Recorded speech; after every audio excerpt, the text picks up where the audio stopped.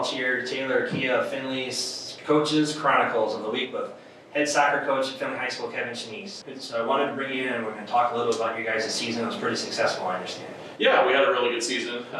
We had a nice long tournament run, which is something we're always looking for. We had a great group of kids in the program, from all three teams. And that was really a nice blessing for us to get back on the field with all of the COVID stuff going on. So with the COVID issues and everything, it probably created a little bit of havoc on what you can and can't do with practices. Yeah, absolutely. We had to, when we started back in June, we started out in groups of 9 kids and a coach, and able to progress into being, full groups and games and being able to get all of our season in. We didn't miss any games because of it, which was kind of nice that the boys were able to have a full season. That's awesome. So this ended up being your third season, if I'm correct, at high school. That is correct, yes. As the head coach, and then before that, how many years were you the assistant with Gaiman? I was the assistant with Bill for 4 years before that, and then I've been in the program this would be my 15th year at the high school. That's awesome. I mean, pretty extensive soccer career at high school, and you played some college ball yourself, correct? Yeah, I grew up playing soccer. I played from the time I was 4 years old on through college, and still attempt to play now. It doesn't work out as well, but we try to get out and have some fun with the boys once in a while. But able to play at West Virginia University for some time and had a nice high school career as well.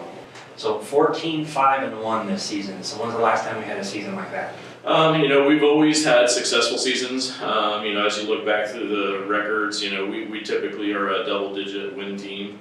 So we're trying to get to that 10-win mark every year. That's a pretty good year for us. And you go back through the history, we haven't had too many seasons where we haven't had that. But to get to 14, for us, that we had to play some extra games in a tournament to get there, but very successful season overall. That's great. And then due to all the cancellations and everything with COVID, the fact that you got in all of your conference games was unusual as well, right? Yeah, because, in the conference, Fremont Ross had some trouble, so they ended up not having some games. Lima Senior had some trouble, so they ended up not having some games. So for us and a couple other teams, we were able to get everything in and get a full conference schedule as well. That's great. So 5-1-1 in the conference, but that gave us second place, correct? That is correct. St. John's ended up winning the track because of our loss to them 1-0 in the regular season. Which is probably bittersweet because we have that issue. We seem to have that issue and that little monkey on our back every year, right? Yeah, absolutely. They're a good team. They've been Findlay High School. The history of Findlay High School has played St. John's a ton. Findlay and St. John's were one of the founding teams in soccer in the state of Ohio. So we go back a long history of playing each other, whether it's in conference, out of conference, playoffs, those sorts of things. And so it's always going to be where we look to see if we can beat them. It's a mark that we look for. And it's obviously a rival, that it's a conference foe that we want to beat. They've won the track the last couple of years. That was no different this year. And then obviously with us both being in Northwest Ohio, we ended up running into them again in the district finals. Correct. And who got the best of that game? Well, we won that one, and we had a long conversation after our regular season loss to them, which ultimately cost us the track title.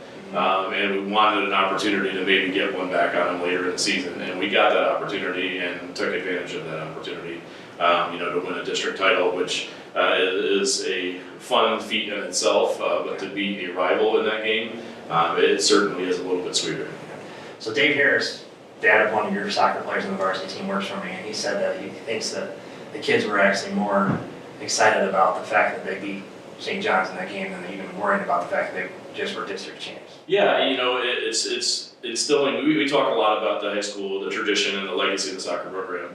And one of those things in tradition is that game and trying to get the guys to understand what that game means for a lot of people that played soccer at the high school and what it means to a lot of folks in this community.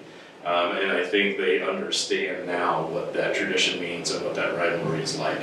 In sports you always have a rivalry. Right around here it's Michigan and Ohio State, and Ohio State's had the better of them and Michigan fans don't like it. It's the same thing, we're trying to get our kids to buy into that and understand what that tradition and that rivalry means. Yeah, that's really good, and I noticed it's really exciting. My son, who's a JV player on the soccer team, was excited to hear. He texted me right away as soon as he found out, and then of course my wife texted me right away. So the word traveled fast, and everybody started talking around town that it was that had happened that Saturday afternoon. So that was pretty cool. Yeah, and I got a lot of messages from guys that had played in years past in the high school, and some guys that had played years ago.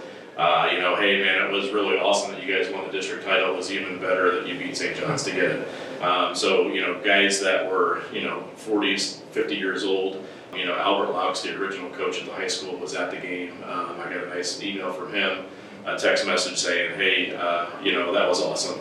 It was really exciting to see. Ah, that's great. Now, first time we went to the regionals since 1995? That is correct. Is that right? Yep. So we're running into a really tough team where we basically can use that and let the kids know that there's a whole nother level out there, right? Yeah, in the regional semifinals, we ran into Anthony Wayne, which we had played earlier in the year. We ended up going to PK shootout in order to win that game. And then, obviously we were able to win that and go on to play Medina in the regional final, a team that we hadn't played at the high school. So for us to get the opportunity to play a really solid team, going into that game, they'd only given up 3 goals all year. So you look at, they're 19, 20 games in at that point, and they've given up 3 goals. So we know we have an uphill battle going into it. A team that we haven't seen, a style of play that we're not used to. And the kids they're getting challenged in a different way and have to step up in a different way. Now, being the head coach of the high school Division I varsity program is pretty time consuming, along with the fact that you're the fire inspector here at the city of Findlay, correct? Yes, it keeps my days full. Obviously I have a full-time job, coaching's not it. So I'm able to work my schedule around and be able to be there for the boys and run a program, which, especially with the COVID stuff this year, was a little bit more time consuming, and the extra stuff and the steps that we had to make and constantly plan for, and bumps along the road that came up, and dealing with those as well. So we got a pretty good group of kids coming up. I mean, I know you always hate losing seniors, and I know there's a few seniors in that class that were pretty good that everybody hates to lose, but it's just the way the system goes, and kids graduate and move on. But your soccer program, from what I understand from talking to some other parents and stuff, is pretty strong through 11th grade down, if I'm not mistaken. Yeah, absolutely. You hate to lose guys, and a couple seniors that will certainly stand out as being 3-year letter winners for us is Carson Dale and Ryan Marcusco. 2 solid starters for us throughout the year. I think they started every game this year. And with Carson, that's a lot of offensive production. I think he had 19 goals on the season, and that's been pretty consistent for him in his high school career, is to get about somewhere between 17 and 19 goals every year. So we're losing that production, and then with Ryan Marcusco, we're losing that defensive product. Ryan, I think he played every minute of every game until that last game I took him out just a little bit before the end of the game. But he really was a grinder and a warrior for us all year. So to lose that leadership, he was a captain for the team as well. And certainly some areas that there's younger guys that are going to have to step up and take those positions and do some things. A couple guys that towards the end of the year, Marshall Frankfurter, stepped up huge for us. We had some guys banged up, we had some guys out, and at the end of the season, he really turned it on. It was a difference maker for us towards the end of the year. So for those things and those kids, there's younger kids that are there. We have a huge junior class, and I think if I remember correctly, there's about 24 juniors in the whole program. So obviously we do have some juniors on JV that are going to have to step up, moving forward. For us, we've got some kids that were on the team this year, that were sophomores. Arda was probably one of the more predominant ones throughout the year as a sophomore, and we'll need to see him continue. But we've got a couple other sophomores on that roster, on our varsity roster, that we'll be looking for those guys to step up. A nice surprise for us this year was the addition of a freshman, and not a lot of times do we get a freshman where they really make an impact. And Lewis Warner came in towards the middle of the year. Started getting his feet wet a little bit, and really was an impact player towards the end of the year, and had a couple nice goals for us in the tournament run. So, in the high school, we like to say that the cupboard's never bare, and this is certainly one of those years that it's not. We'll graduate 6 kids from varsity senior level, so we've got some holes to fill, but there's certainly kids in the program that can step up and take those spots. That's awesome. I talked to Nate, the athletic director, and also talking to Coach Pease about football, and it seems like the junior, sophomore, and freshman class, he was excited about all 3 classes, as well as an 8th grade class that he's got coming in, and obviously will be freshman next year. And some of the changes that the football team had taken on, and the kids met the COVID stuff, took it head on, were excited about the season. Everybody knows Coach Rookie's got a great group of kids that play basketball, and then with you guys having soccer as well, heard some really good things about girls. So it sounds to me like athletics for the next few years at Findlay High School could be really good. Yeah, I'm excited. You know, I think for me and the program itself, getting to where we were able to get to this year, certainly raised the bar and the expectations for everybody behind them. You know, this is where I would like to be, if not further, every year. And I really want to get back to that. So, and I think, you know, being able to, even though we lost to Medina, but being able to get to that game and see that, you know, some of the comments from the boys were, I understand why you make us do things that you do in practice. It makes sense now. I see the why. And, you know, so we're constantly trying to get them to be students of the game. And that film will be huge for us moving forward to show the boys this is what you have to compete against if you want to be the best. And, you know, if we can raise our level in Northwest Ohio, then, you know, that'll certainly help to get the one trophy we didn't get, which is a league championship. Yeah. So I know everybody here was excited because we have kids. I have a kid on the team. David has a kid on the team, obviously.